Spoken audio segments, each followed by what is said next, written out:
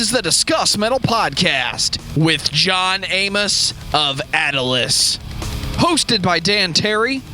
Presented by discussmetal.com.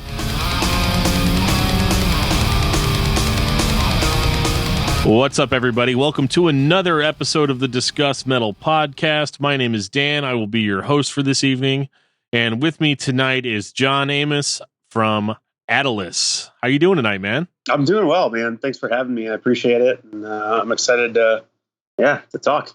Well, this is cool. And I think it couldn't have come at a better time, considering that Facedown just announced that they are repressing Into the Sea on vinyl, which is super cool because, well, I didn't get it the first time around.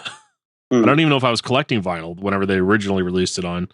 Yeah, so I've got like a CD, but yeah, I never got the vinyl the first time around. So we'll kind of get into that now. But this this interview isn't necessarily just about the band; it's about you. So I'm going to start with the simple questions, which would just be like, where did you grow up? So I grew up, say basically the last 25 years, really.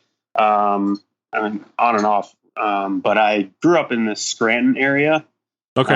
I was born in Illinois, but my family moved around a bunch before we settled here. And a town called Clark's Summit. It's like 10 minutes outside of Scranton. For those of you that hear that city name and instantly think The Office. I was thinking that, yeah.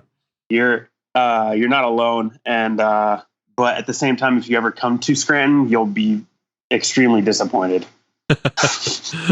Not much there. No Dunder Mifflin building. Dunder Mifflin is not there. They've got some touristy things, but it's not much, and you could do it all in like an afternoon. So, what got you into music?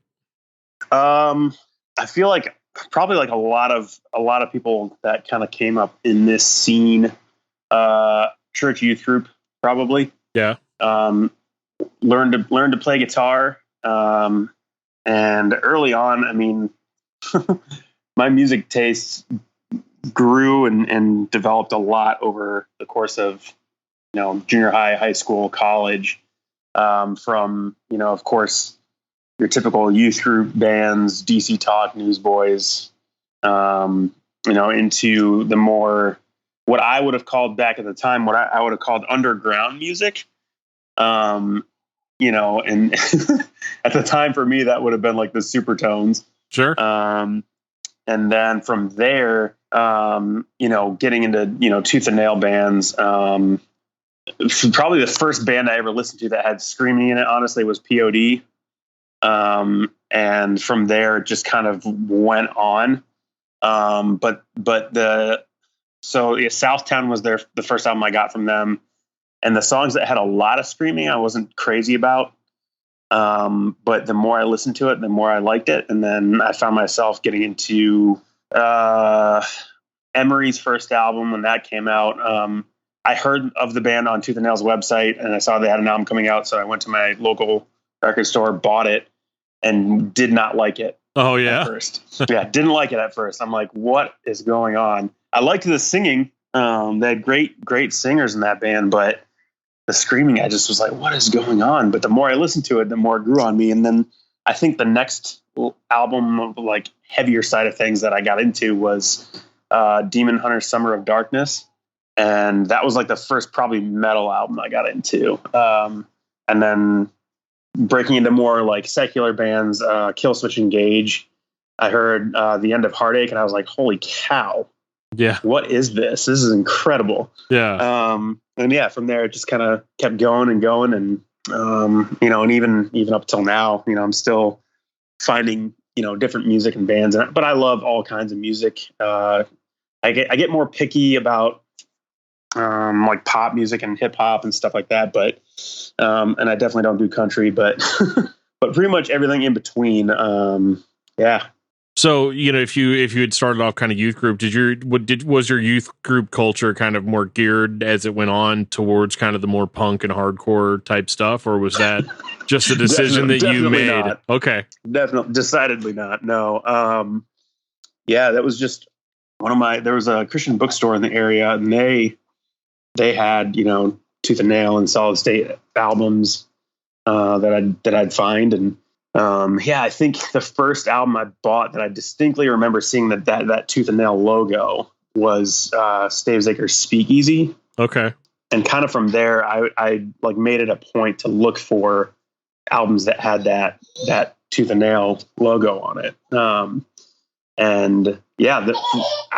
Oddly enough, this bookstore, this Christian bookstore, carried all that stuff. And, for the area I live in, looking back, it's almost kind of surprising that they carried that stuff. But it was great to grow up with a lot of that, and helped me get into what I would call good music in a time where nu metal was the reigning force in heavy music and the radio, especially. Sure. Although even that has seen like a resurgence, and it's so interesting how that's kind of popping up in a lot of hardcore bands nowadays. And yeah, it's weird. Like nobody's really ashamed to say, oh yeah, dude, I love Korn. Right. Like people are like, oh yeah, that's cool. Like who cares? Well, I think it's kind of like how our parents, got really, really into hair metal again for a while, and how they were, like, oh yeah. And so suddenly all these hair bands start going on tour again. And even the ones that had survived, since the 80s had changed their sound a lot, but then they went back to the old one. I think that's largely what's happening with nu metal, where we're all just kind of like, you know what, it's past the statute of limitations now. I can tell people that I like Korn, and it's okay. Yeah.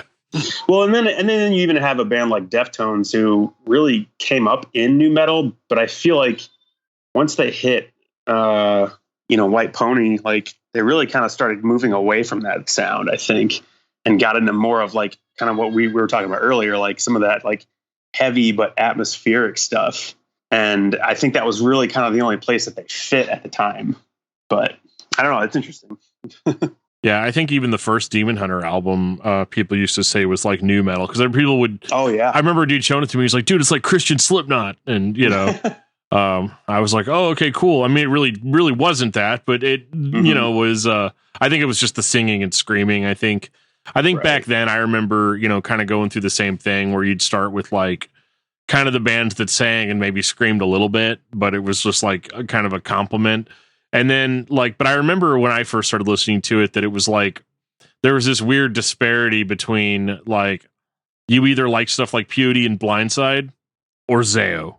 Mm-hmm. And there wasn't really like a middle ground band like Demon Hunter, to kind of step in and kind of bridge that gap. So if you're listening to all this music and did you start playing guitar prior to being kind of a fan of this type of music, or was it just like, something? Yeah, I took guitar lessons from my youth pastor when I was in 6th grade.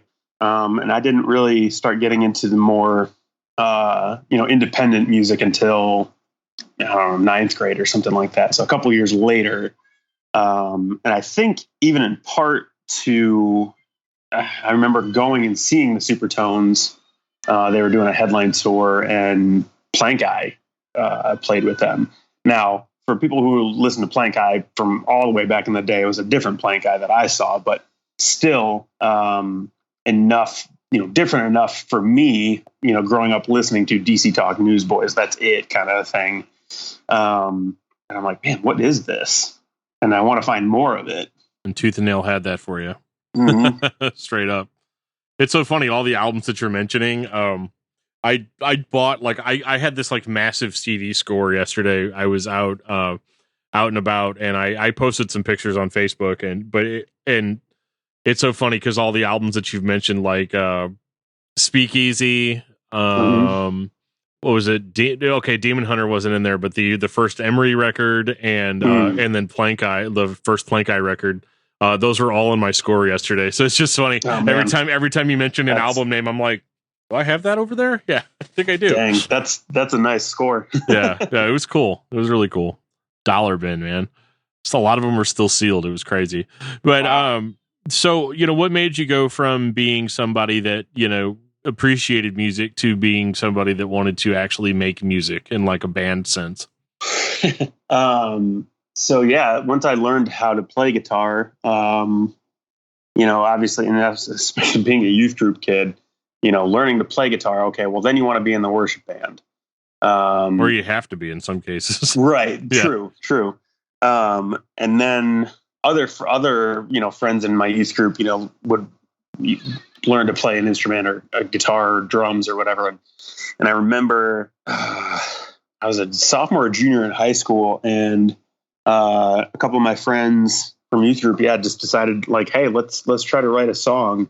And I can still remember the riff. I mean, it was of course it was like a 4-chord, progression, and really simple. I can still hear it in my head.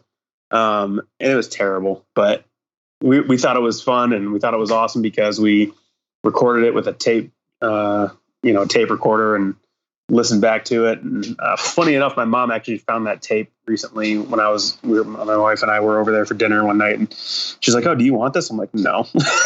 Go ahead and just throw that out. Yeah, that's trash. But yeah, and that never led to anything. So growing up in the area I grew up, I had no idea there was even such a thing as a local music scene. Right. The biggest band to come out of this area that I was aware of, at least when I was in high school, was Breaking Benjamin. We're from Wilkes-Barre, but just the whole idea of a local music scene just didn't even exist in my head. Like I had no idea what that was like. I had no concept of it, no frame of reference at all. I kind of just thought you start a band and then you get signed to a record label and that's it. There's no concept of, well, actually you're going to play shows where there's 12 bands on this bill, and it starts at 5 p.m. and goes till 3 a.m. and it's terrible. And everybody watching is from the other bands. Yeah, exactly. So I had no concept of that until I was 26 when I moved away. And then only after I moved away from the Scranton area did I find out there actually was a local scene, and bands like Title Fight, Menzingers were originally from Scranton. I think they moved to Philly a couple years ago. Motionless in White is from Scranton.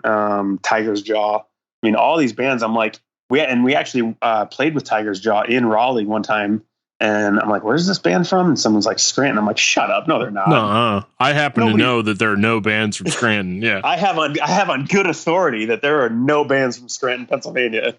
But it blew my mind. I was like, are you kidding me? This was there the whole time? And I had no idea. So yeah, it's funny how your perspective changes when you go to a different place. Yeah. So was Attalus your first band? So, I mean, basically yes, but I met actually our singer Seth. He also played keys, and he was our primary songwriter. But he and I met at college, right here where I'm from, this really small Bible college, and he and I started a band called Take Heart. I think it was my junior year of college. It didn't even last. I don't even think we lasted a full semester, but we played a couple things. We played like some open mic events at our college. And then we did some, I think it was like a Youth for Christ thing at a gym somewhere in the area. And that was like my first taste of a show. That was kind of my first experience with it. And my parents came to it, and they've recorded it on video, and I have it somewhere, but it's not really worth watching. But I don't think it is anyway. We opened with a cover of Finch's "What It Is to Burn." Nice. And I did I did all the screaming. Love that record. And so good. I had warned my parents the night before. I'm like, hey, just so you know, when you come to this concert tomorrow, I'm going to be screaming. And they're like, oh, okay, sure. And on the video, you can hear my mom going, is that John? That makes it worth watching. So, oh yeah. That alone is worth at least, watching for a little bit. But yeah, so that was my first kind of taste of actually playing a show and really, I mean, I guess being in a band. But yeah, Attalus was, I would say, the first legitimate band that I was in.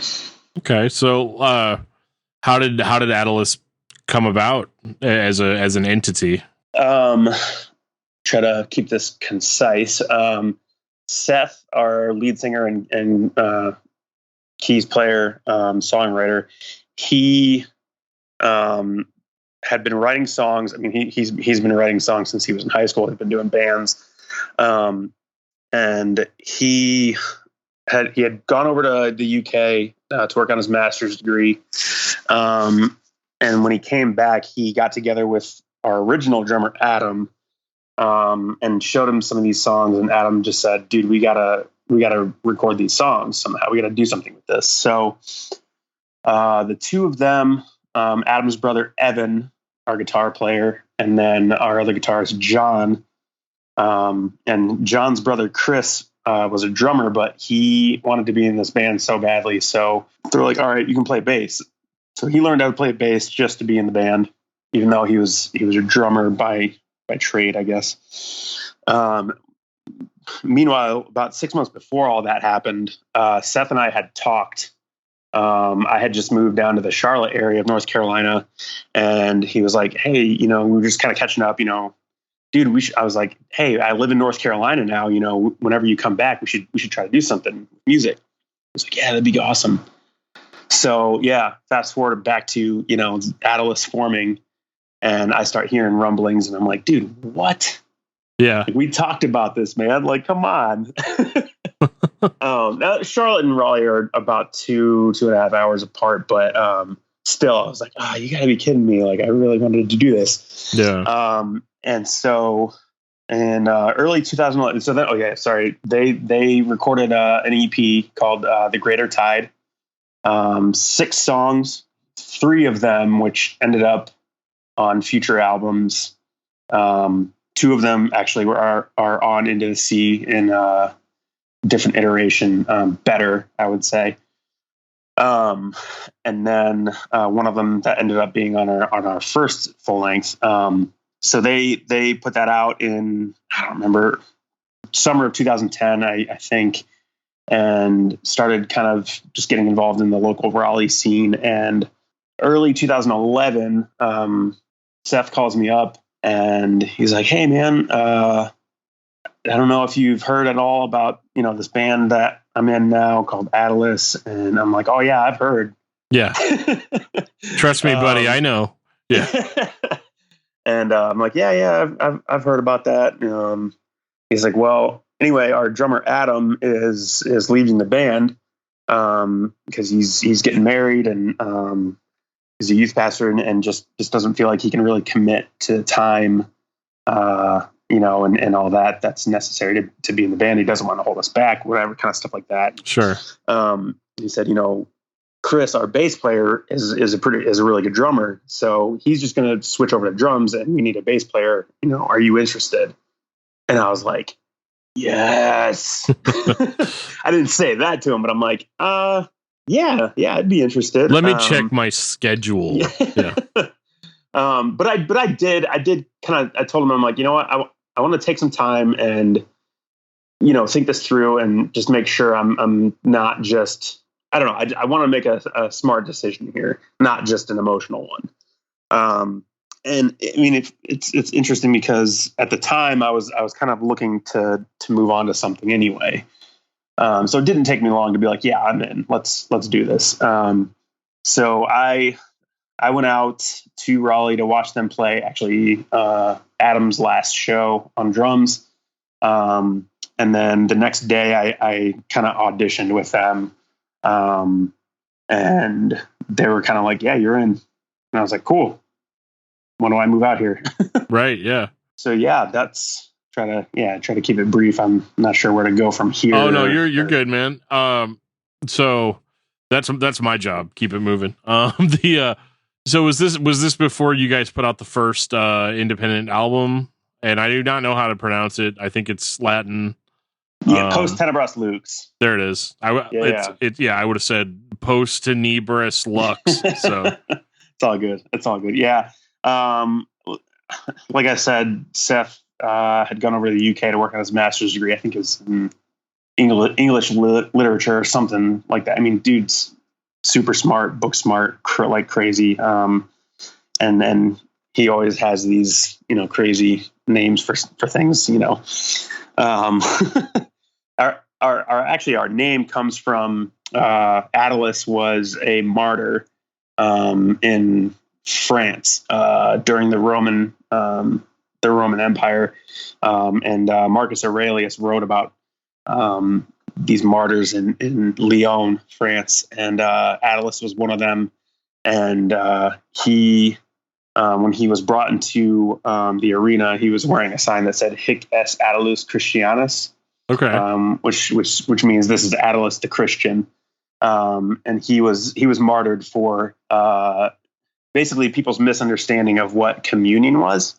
Although depending on what your Christian background might be, you might have disagreement on that anyway. But they martyred him because they thought he was a cannibal, because of communion. Because of the whole what do they call that? Transubstantiation. Transubstantiation. Yeah, a certain aspect or certain sects of Christianity believe that it actually becomes the physical flesh and blood of Jesus versus the others that take it as more of a symbolic gesture, which sounds more like a disagreement that doesn't, shouldn't result in bloodshed, but it was a different world. Yeah. Right. Absolutely. So anyway, yeah, that's where the name came from. That Seth got that, and Post Tenebras Lux is Latin for after darkness, light. So yeah, I joined the band in April of 2011, and before I actually moved out to Raleigh, I played my first 2 shows. My first show with the band was originally supposed to be at this dive bar in Greenville, North Carolina, right down the street from Eastern Carolina University. We actually ended up getting another show the night before that, opening for Sanctus Real. Talk about, youth group rock bands. I bought their first CD on a youth group missions trip. And I was like, whoa.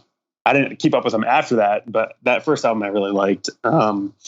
So that was fun and interesting. And then going and playing in a dive bar. I preferred playing in the dive bar, to be honest with you, though. Yeah, I mean that's usually the. I think there's a certain whenever you're playing, I don't know. Whenever you're dive bars are just nice because if you mess up, nobody notices or they don't care. Mm-hmm.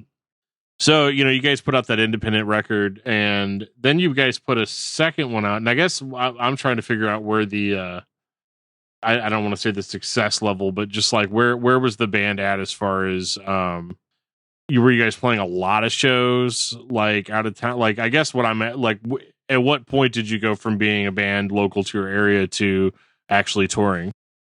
Well, it's funny to even kind of try to come up with an answer for that because I don't feel like we ever really toured out much, honestly. At most, maybe would do like a weekend run, kind of in the Southeast. Counts. Yeah. The mini tour counts. You're away from home. Mm-hmm. Yeah. And we did get on a couple like Christian music festivals, but the pay to play kind of a deal. Yeah. we did. I think it was the summer after we put out Post Tenebras Lux. We did Atlanta Fest, which was interesting because that's primarily like contemporary Christian music artists. But the vast majority of those kind of festivals do have those like smaller tents where they just have some like a sponsor set up a stage and sound system, and then just have anybody play. So that's kind of what we did there. It was the heavier stage, but I think some of the bands might have been signed to I think maybe like Red Chord Records or something like that. And then we did Ichthus that same summer, which was a much better experience.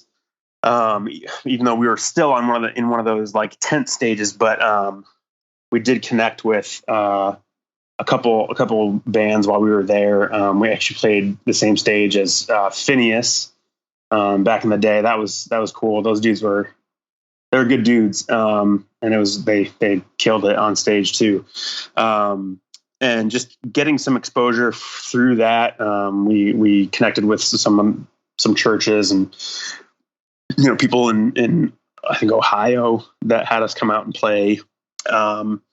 So yeah, I'm not totally sure. We did have a manager at one point who had worked with, again, I think some of those same bands that we played on that stage at Atlanta Fest, but he supposedly had connections. Yeah, you hear that a lot. A lot of oh yeah, man, I get you. Before you guys know it, I'm gonna have you guys on Warped Tour. Yeah, or something. Yeah, yep. I mean, there were no promises like that, but I don't know. He was from Nashville and at least claimed to know some other bands, and at one point told us he was going to get us a show with Cage the Elephant, and we're like, I'm not sure you really know them or not. Sure, that's funny. And it never happened anyway. But I mean, I think if nothing else, I think he did help us kind of learn some things about trying to make connections and get exposure, to different people that we might not normally reach. We did actually end up at one point, we did get a song from Post Tenebras Luke's onto Radio U. Unfortunately, we went up against August Burns Red and got absolutely destroyed. I'm sure. Yeah. So I don't think they played us after that, but at least not until Into the Sea came out. Yeah, I mean, I would say primarily we didn't do much more than like maybe a 2-hour radius outside of Raleigh. Okay. And even that was tricky because we didn't want to oversaturate our market. The vast majority of our local fans were actually kids from a church that we all went to, where we led worship for the high school and college classes and stuff like that. And so we actually drew really well at our local shows. But we eventually kind of got blacklisted by all the venues because we didn't bring out a drinking crowd. Oh yeah, I mean that makes sense. You bring youth group kids, but it's funny because I had kind of a similar issue.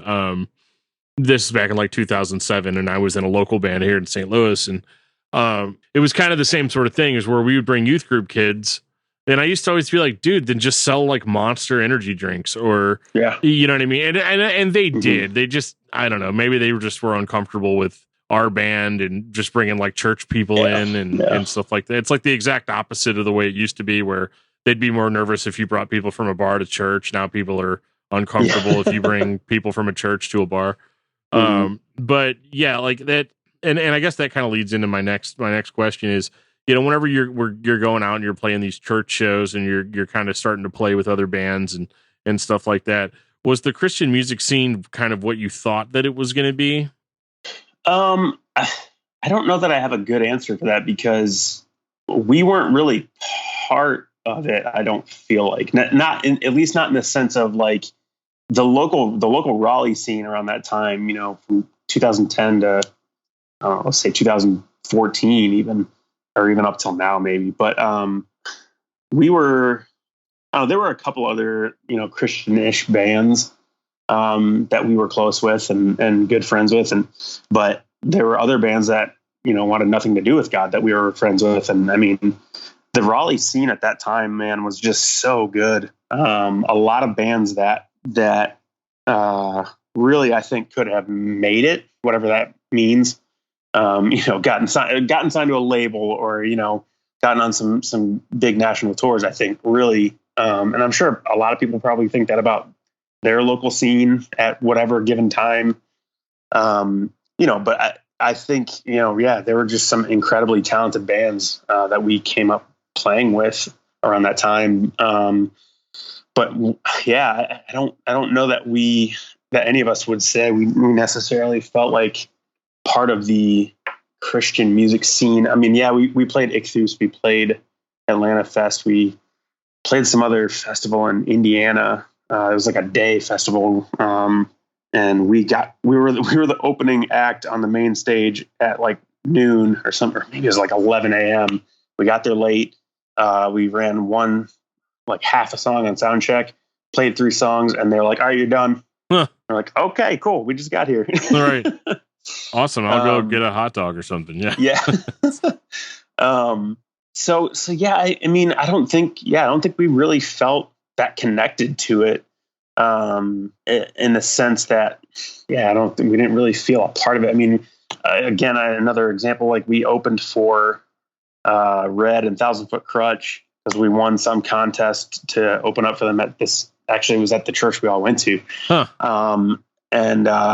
It just felt so manufactured and forced, and really. Actually, at one point after the show, Red's tour manager came over to our merch table, and he's like, "Hey, you guys have to price match." We're like, "No, I don't think so, bro. No, we're not going to do that." What? and he like kept trying to tell us, like, you guys get. And we're like, "No, we're not going to do that. Like, nobody's going to buy our T-shirt for $15 from us. Right? I mean, $30. Like, we sell our shirts for $15 because." We make $2 off a shirt. Yeah. We're not looking to make a ton of money off of it. We want to give people a product that they actually want and will wear, and we want to give it to them for a good price. Yeah. And maybe make a little bit of a profit, but not much.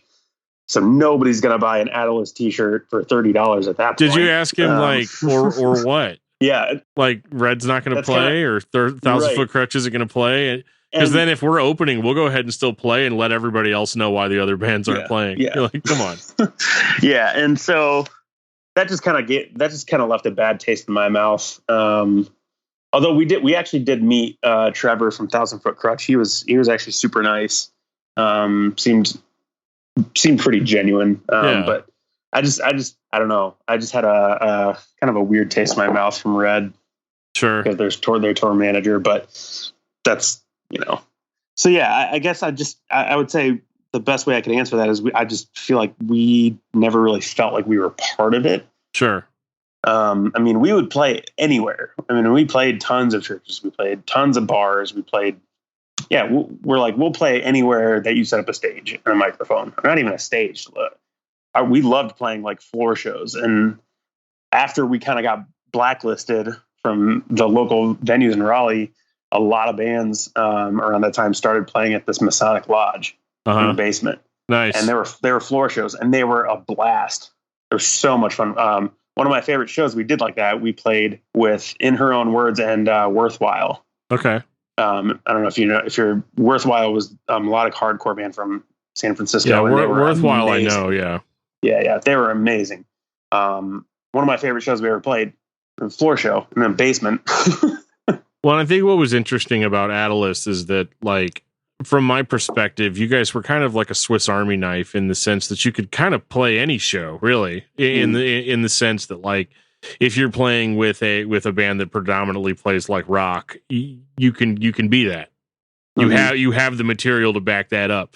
If you're playing like a post-hardcore show or something like that, you guys could be that too. With the screaming and so to kind of curve the conversation into the music a little bit, I have really a hard time pinning down the musical style. I'm not even going to say the genre because I think the genre terms are largely useless. Especially now. I think David Van Zandt. Wait, I can't remember. Does he agree with you on that, or he doesn't? I don't remember. What about genres being useless, being stupid? I don't know. I'll have to ask him. I've seen him make comments, and I cannot remember for the life of me if he's for or against them. The hard thing is that me and David like to argue all the time on social media. Like we argue on the podcast. Most of it is literally just busting each other's balls about stuff. But yeah, I'll have to ask him what his actual true feelings are about that. But in my opinion, they're dumb. They really like. I think using a genre to describe a band strictly as a referential, like, I think that's okay. I think it helps people compartmentalize things if they feel the need to do that. I mean, at the core of it, I'd say Attalus was a rock band. Yeah. When I would talk to people who, I don't know, older people from, where I'm from, when I'd come home, visit my parents, they'd be like, oh, what's the band? And I'm like, oh yeah, we just play rock music. I'm not going to be like, oh, this 65-year-old lady really cares that I play in a post-hardcore band. Right. Like whatever. It's post hardcore, some post rock elements. We really like the word post. We're big fans of post. We almost named the band Post. But hey, we got an album with that in there. Right. A third of the title. Right. Oh, that's funny. I didn't even think about that. That's hilarious. Okay. So, but like, yeah, I would actually, if I had to describe Attalus's music, it's like a Swiss Army knife in that there's so many different things going on sometimes at once. And I think that was what was so unique is that, like, if you look at the second independent record that came out, that one was number one, obviously was vastly different than the first record. And just calling it Gospel Hymns Volume 1. Yeah. And it's like, it sounds vastly different. It's funny too, because like the first time I saw that, like, available to stream on Spotify, I was just like, I don't know, man. I really like Into the Sea, but I don't know if I want to listen to gospel hymns or whatever. And so, like, it wasn't until this week, like, whenever I knew we were going to be talking, I was like, I should listen to that. And so I did. And it is absolutely like gospel hymns, but it's done, in your way, Yeah, absolutely. And that's kind of how we would describe that, way back when we first put it out. And even the whole story of that album coming out and us doing it in the first place. So we actually shelved Into the Sea to do that album. Really? Yes. That actually makes a ton of sense. And dude, I don't know what the majority of your listeners are, what kind of background they come from.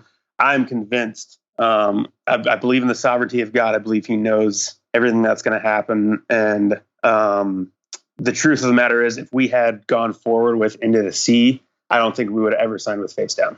That's interesting. And anyway, I mean, whatever you believe about that, that's where I'm at with it. I won't be persuaded otherwise. Whether you want to attribute that to God like I would, or chance or whatever. Well, let me dig into that for a second. So, you're saying if you had moved on to Into the Sea, you would have never signed to Facedown, in that it would have just kind of come out and nobody from Facedown would have ever heard it. Like it was like a timing thing, or I think absolutely 100% it was a timing thing. Okay.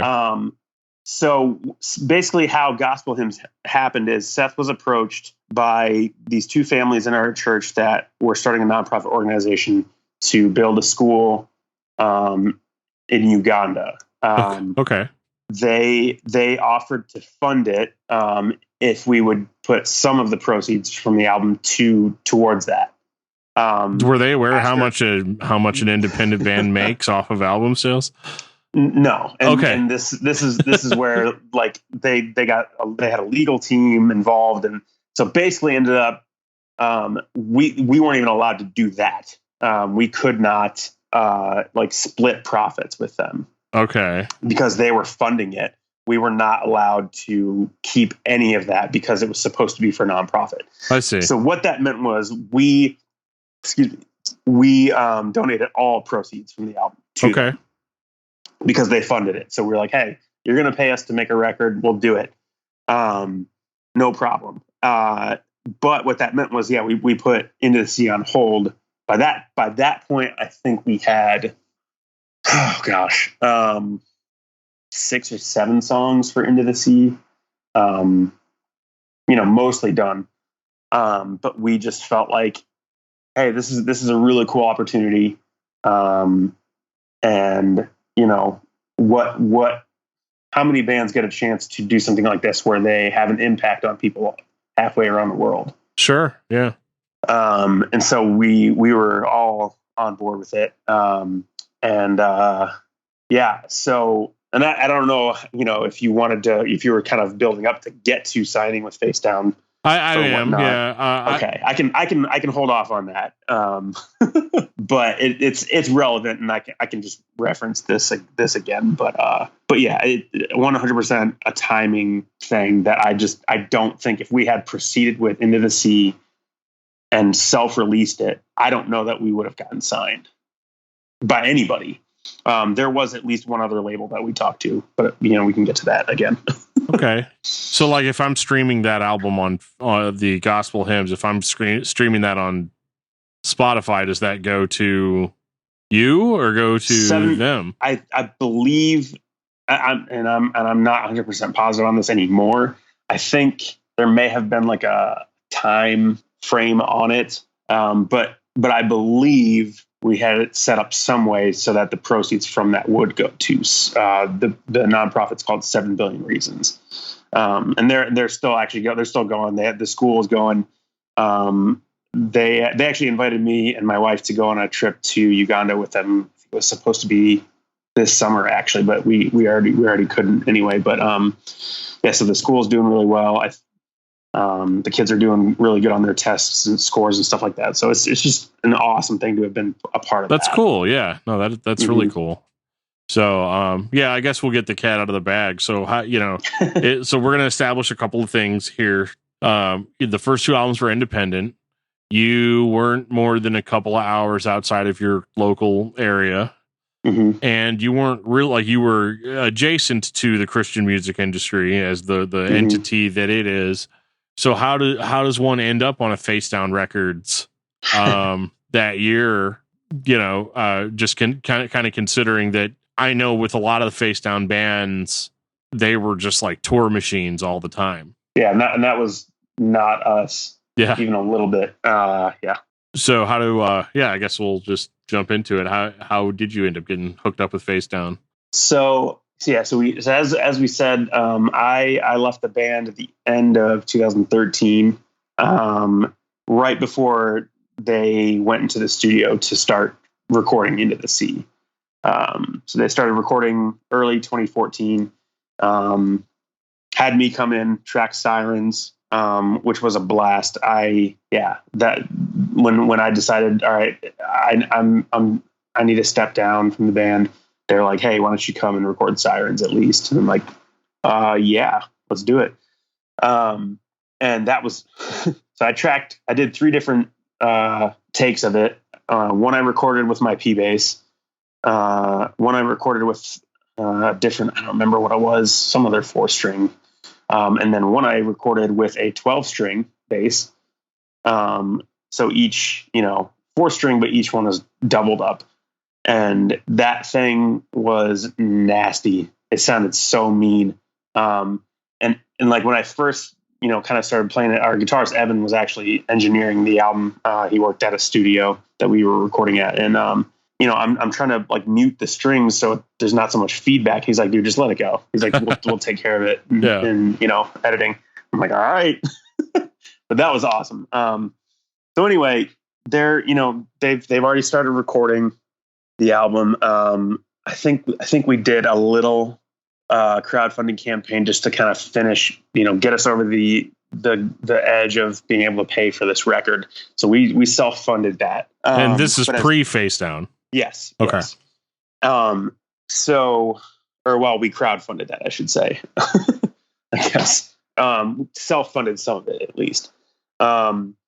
So as part of the crowdfunding thing, I think they had offered like 3 rough mixed, not demos, but just rough mixes of songs from Into the Sea.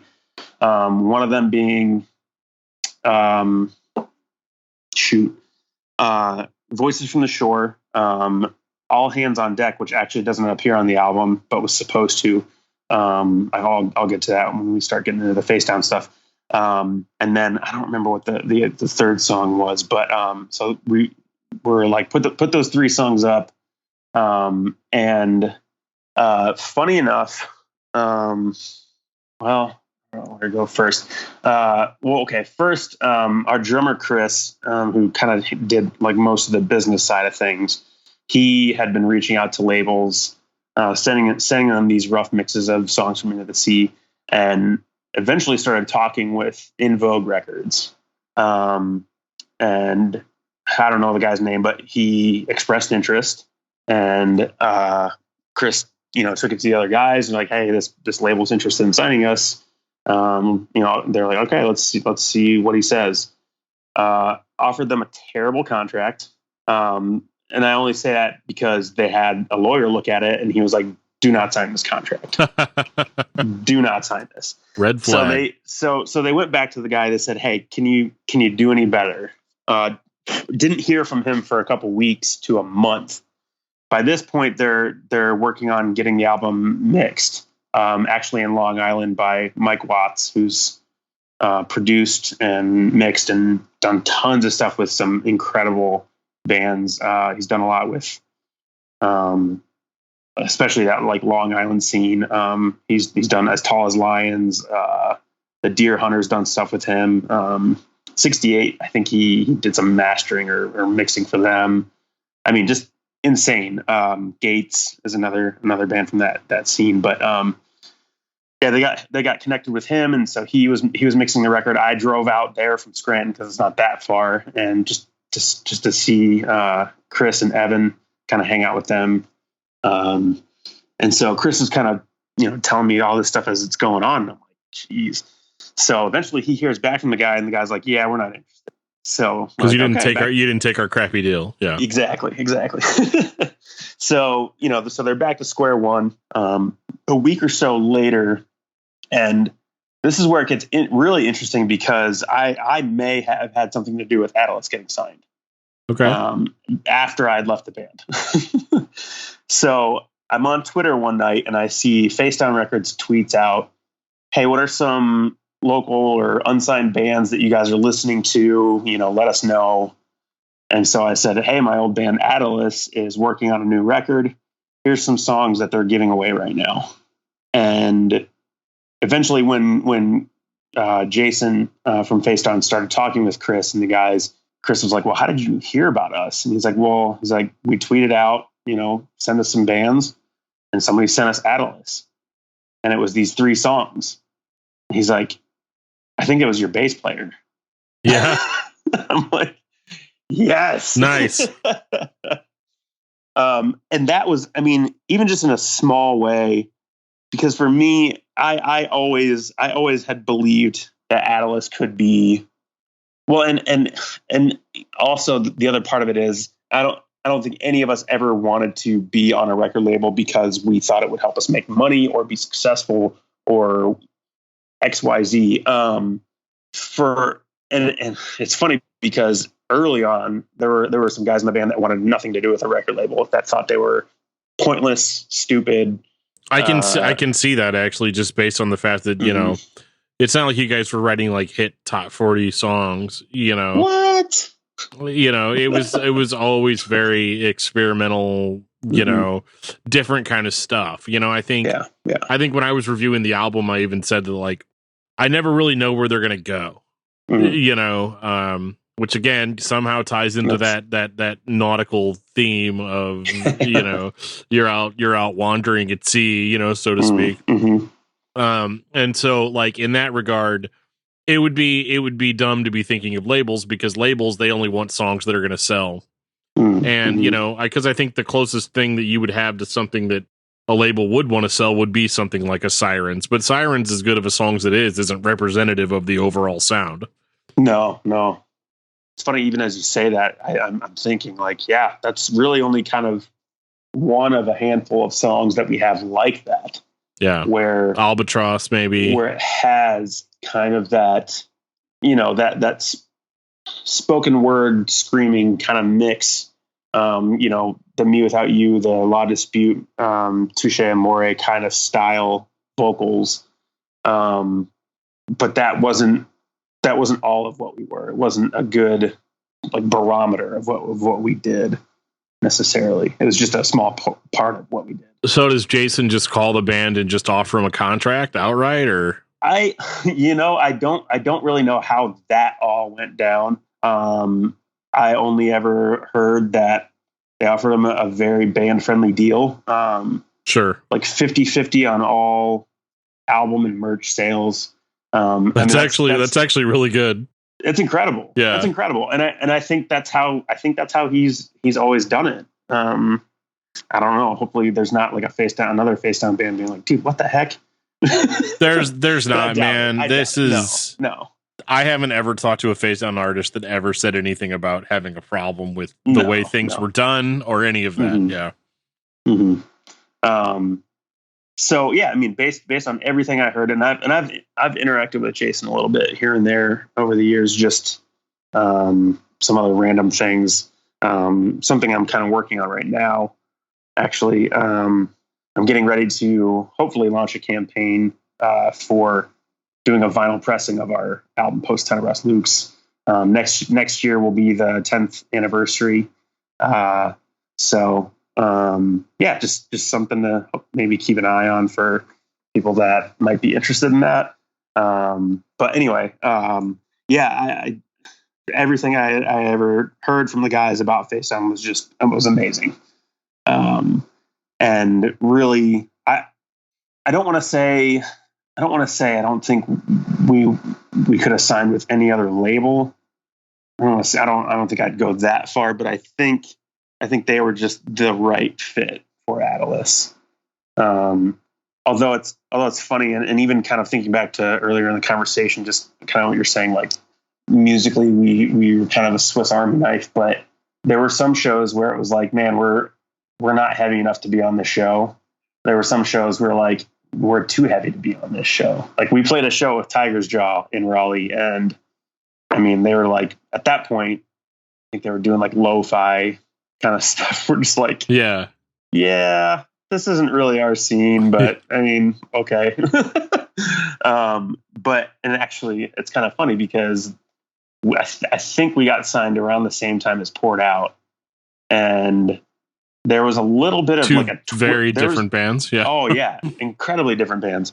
But there was a little bit of like a Twitter beef kind of went down because not between the bands, right? It wasn't the bands themselves. Some fans or friends of Poured Out was like calling Attalus out as being like not heavy enough. And then some of our friends were like, shut up, Attalus is great kind of thing. And Poured Out eventually, those guys kind of eventually were like, what are you guys doing? Like, we're on the same label. Like, there's no we're not competing here. Like, we're on the same label. This is cool. Like, whatever. Yeah. It's crazy. It's crazy what goes on in the mind of a fan. And I've been on both sides of it, you know? So like, it's one of those, you guys aren't heavy enough. You aren't heavy enough. Well, yeah, because I'm not like, you know why we don't sound like Poured Out? Well, this might be kind of a shock to you. We're not Poured Out. We're different people. Like we're a different band, you know? Well, it's awesome. It's awesome too, even like the way Jason has done things with Facedown. I mean, and I, to be honest, I'm not super familiar with their earlier bands. But I know, you know, as a result of him working with bands like My Epic, with Sleep for Sleepers, that opened the door for Attalus. Everything in slow motion. And then even beyond us, like I've become, you know, kind of buddies with the Dens guys, even though we've never met in person. But when they got signed to Facedown and put out their EP, you know, I got connected with those guys on Facebook, and I remember talking with Brandon, their drummer, and he was like, yeah, man, you know, Attalus really kind of helped, you know, open the door for us. I'm like, dude, what are you talking about? You guys are amazing. You didn't need us.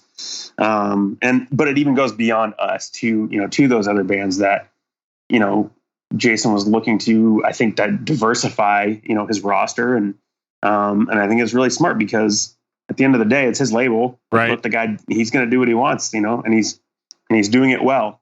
Yeah. It seems like he just signs bands based on what kind of music he likes, you know. It's like, it's almost like, you know, you and I maybe collect albums, he collects bands, you know.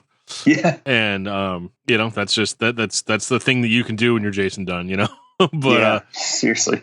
But yeah, and I think the one of the biggest things too is that, you know, the band, and I've seen this a few times with some of the other bands too, where it seems like everything's going relatively well, you know. You kind of ground it out, and played these shows and did all this stuff. And the band starts kind of like doing well, and then you step down. Why'd you step down? So obviously you don't have to give it, like if something if it's something horrible, you don't have to go into. No, it's nothing like that. So I had gotten to a point where I was just comfortable, and I was really kind of just coasting. So I loved being in Attalus. I loved playing shows. I loved hanging out with people after shows, going to cookout, eating way more food than anybody should, but for super cheap. So why not? I loved all of that, but I didn't love investing in my craft personally. I had gotten to a point where I just was not like practicing on my own and writing stuff on my own, outside of practice, outside of our, rehearsals together as a band. Yeah. And it started to have an impact on our live shows a couple times. And so we were getting together for practice one night. And I quickly realized that nobody had instruments except for what was at the house that Seth and I lived in. And I was like, oh boy, I think this is a meeting and not practice. So that sinking feeling. Yeah. Oh my goodness. Yeah. But I knew instantly. And so it wasn't like hey, you're done, we're kicking you out. It wasn't anything like that. It was, what's going on? Is this something you want to keep doing? Because if you do, we want you here. Right. But we need you to show that you want to be here. And so it was rough. More so the realization that something I had come to love so much, had become this thing that I wasn't acting like I loved it that much. Or that I believed in that much enough to dedicate myself that much more to it. And so I said, give me a week. Let me think about this, figure this out, see where I'm at. But within 2 days, I knew that it was time for me to step down. And it was simultaneously one of the hardest and yet easiest decisions I had to make. Hard in that I did not want to give it up. Sure. Because I knew what we were capable of. But easy in that I just knew it was time for me to be done. I was afraid of damaging relationships within the band, because I knew if a meeting like that happened again, it wasn't going to be an option. It would have been, we can't keep doing this. You're done. And so I'm so glad that that's not what it was the first time around. That it was more of a checking my pulse. Like, are you still here? They were asking you questions that maybe you hadn't asked yourself. Yeah, no, absolutely. Absolutely. Even though as they're asking them, I knew where I was at already. And I'm like, man, how did I get here? But yeah, so I stepped away because I did not want to be a hindrance for them. Yeah. So they take off kind of, with signing to Facedown and all that. But then it seemed like, Into the Sea came out, and then that was kind of it. Yeah. So, and this is, I think just, I don't know. So even though I had stepped down from the band, I never played like technically a last show. Like the last show I played was this church show out in the middle of nowhere, North Carolina. And that was never kind of what any of us wanted to be my last show. So the same time when they're in the studio recording Into the Sea, they asked me to come in and play Sirens, and then to say, hey, whenever we do put this album out, why don't you come and play the album release show and have that be like your last show? Okay. And that was incredible. Because I'm so about a year before the album came out, I moved back to Scranton. I'd been looking for a job, working in a church. I wanted to do music in a church, and that's another thing. I think I had become really passionate about that. It sounds bad to think of it this way, and but for lack of a better way to phrase it, kind of at the expense of Attalus. So that was at least part of where I was at with Attalus, and eventually, ultimately walking away. But so yeah, I'd moved back in with my parents. I'm just about to turn 30, and I'm like, oh, this sucks. Yeah. So eventually, I get a job at a church in the area, and I'm just doing social media. So not ultimately what I really wanted to do, but at least something. But through that, I end up meeting my wife, and we had just started dating around the time of the CD release show. I had really wanted to ask her to come down for it, but literally we'd been dating maybe 2 weeks, and I didn't want to. Would have been like almost too much. Yeah. Yeah. I felt like potentially it could be, and past experiences had kind of taught me like, chill, slow down. Might be a weird ask. Yeah. Right. Yeah. But the night before I left to drive down, she's like, "Hey, can I come down for the show?" And I was like, "Yes." Yeah. So that was awesome that she got to see, my last show with the band. But after that, man, I don't know. And it's funny because we had always kind of talked about, there was a lot more that we had wanted to do collectively. I'd say we would talk about doing, for sure. I shouldn't say for sure, but we had talked about wanting to do like 2 more albums. Like we talked about doing a Gospel Hymns Volume 2. We have, honestly, Seth has probably half of an album written that we had always kind of talked about. Like, this album will be like, we're all in this until we get to this album. Right. At least. But I don't know, man. After Into the Sea came out, touring was a hard thing for a couple of the guys in the band. At the time, were married. Seth, his wife had their first kid. I think a little bit before the album came out. So there was a point at which he kind of just felt like, you know what, I need to step away. So Seth stepped away. Actually, before Into the Sea even came out, our guitarist John left the band. We brought in a replacement, a guy named Joseph. He was from another band we were good friends with, and so he actually played the album release show on guitar with us. And he's in the music video for Sirens that I was also in, which that wasn't originally part of the plan either. But I was down there a week before the album release show, and Chris was like, "Let me talk to the guys and see if we can get you in the video, because it makes way more sense to have somebody in there playing bass than not." Yeah, absolutely. So we talked to the guys, and they're like, "Yeah, let's do it," which was fun. But at the time, it wasn't super fun because we were in an old abandoned farmhouse. And as somebody who has seasonal allergies and really bad dust allergies, it was a rough time. I'm not gonna lie. I bet. But it's still another one of those things for me as like, yeah, I guess just like a sense of closure on that chapter of my life in a sense.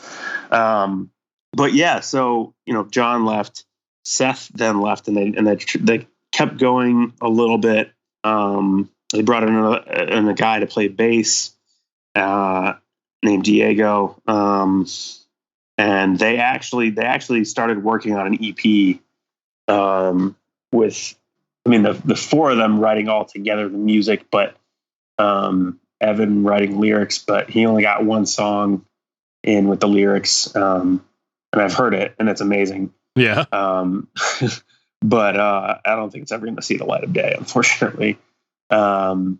Yeah, I don't know. But anyway, yeah, and that wasn't even part of those 2 albums that we had talked about before, when we would think about, like, calling it a day eventually. But Yeah, man. Then it kind of got to the point where it was just down to 3 of them, and when Chris left, yeah, I don't know. It's just one of those things where I think life just happens.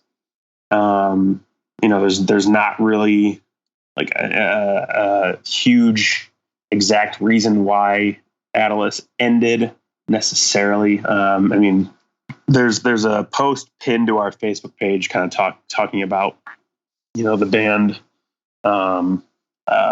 being where it is right now, being inactive. And I think we always tried to leave it open ended so that we didn't pull one of the, all right, we're breaking up, and then 4 years later we're coming back, right? And not to it's a great marketing tool, though. Yeah, no, for sure. But and not to knock bands that do that, because I think when bands do that, I think they mean it. But I think maybe think about it a little bit more before you make it so, final and like we're done. We're not going to do this ever again. But that's I will say I do feel like I still need a little bit more closure, personally, and maybe selfishly, I don't know, but I just feel like at the very least, like I want like one final farewell show. I don't see that happening, to be honest with you, but never say never. No. And you're right. And like, I mean, that's kind of the opposite of what I was just saying in terms of leaving things open-ended. But, I think it would take a lot for that to ever end up happening. But again, you never know. Oh, you're good, man. How does it make you feel? No, so one of the biggest things that with Facedown, re-releasing the album or reissuing it on vinyl, and to my understanding, that was literally due to fan demand. Like it was their one of their most requested vinyl releases. One common theme is I feel like sometimes when bands break up or they disappear for a while or they go inactive, and then something like that happens, it's one of those situations where you're like, oh wow, do people even still care? I figured people might have just moved on after that. So what, how that's got to feel good, right? Like that there's that many people out there that are like if all the guys got together and recorded and an EP or an album or something like that, like people would still be up for it. Yeah, it's I was thinking through a lot of stuff like this today, just trying to get in the mindset for talking about this, and David had asked me a similar question, I mean it's incredibly humbling, number one, because and even just looking through a lot of comments, on Facedown's post announcing the vinyl, we shared it on our page, and just seeing a lot of people comment like, this is one of my all-time favorite albums. This is my favorite album. We never set out to make that somebody's favorite album. And I'm not, don't get me wrong. I'm not criticizing that at all. I'm saying that in terms of, I guess, in the humbling aspect, like we never thought about, I don't think we ever really thought about, okay, people are going to love this. It was, we love this and we're stoked on this. And we're going to put it out and we'll find some people who like it too. But I don't think any of us ever set out to be anybody's favorite band or to write somebody's favorite album. I was thinking about that, like right before we started talking. And I think that, I guess there's a sense where if you go into something with that kind of a mindset, I think you're going to force it and it's not going to work and it's going to feel so fake to people. But when you write, I mean, gosh, basically the way our writing would go is Seth would come to us with songs, basically all like pretty much a structure, at least, all written on piano, lyrics, probably 95% complete, if not 100%. And he would play it for us and we would just all start adding stuff in. And knowing Seth the way I do, I've known him for 15, 16 years. That's never been why he's written. He's been incredibly honest. super intelligent guy that writes from his own personal struggles, his own, life experience, all of that, but does so in a way that I think speaks to people, and encourages people, and challenges people to want to be better, to want to do better, or if you can't be better, to ask for help. And so I can't necessarily speak a whole lot more to that because, in terms of the lyrics, because I didn't write them. Sure. But I know what those lyrics, how they affect me, and I've got them right here on my arm. Right.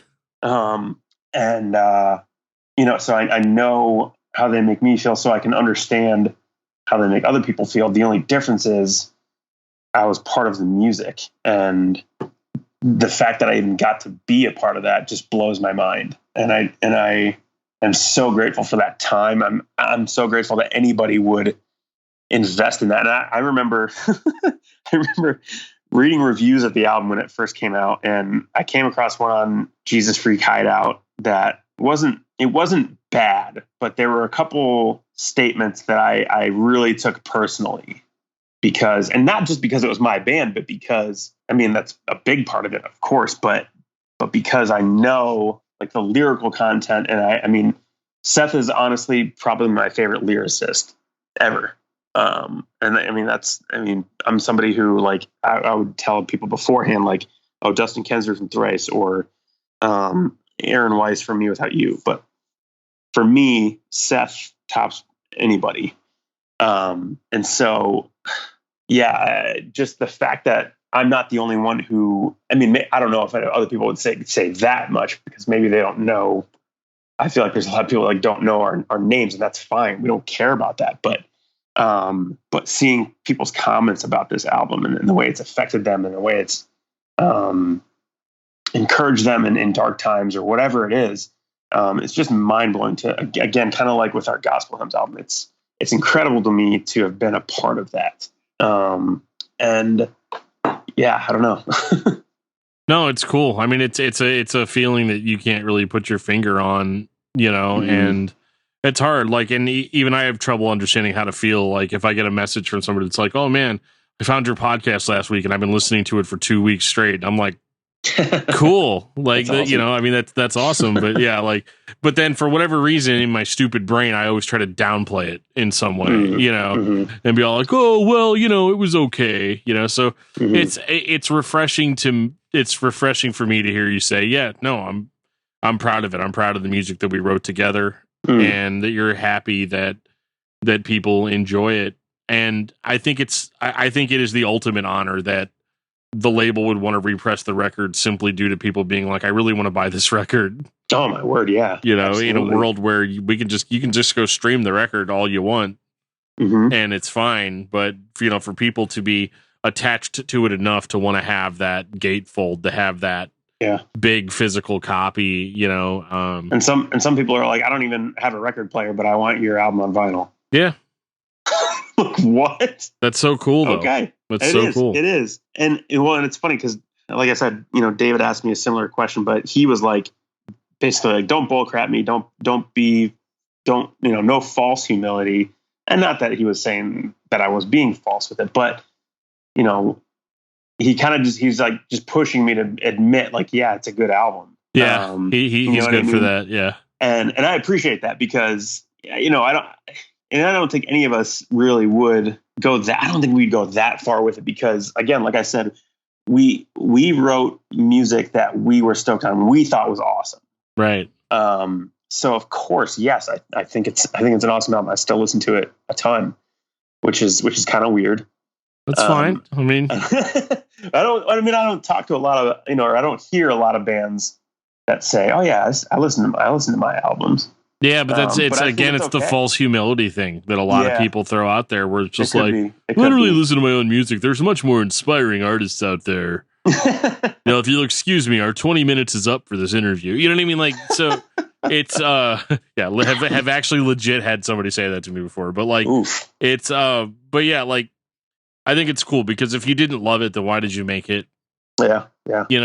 I will say there's a fine line between that and what I viewed as or how I viewed wearing your own band's t-shirt. Oh yeah.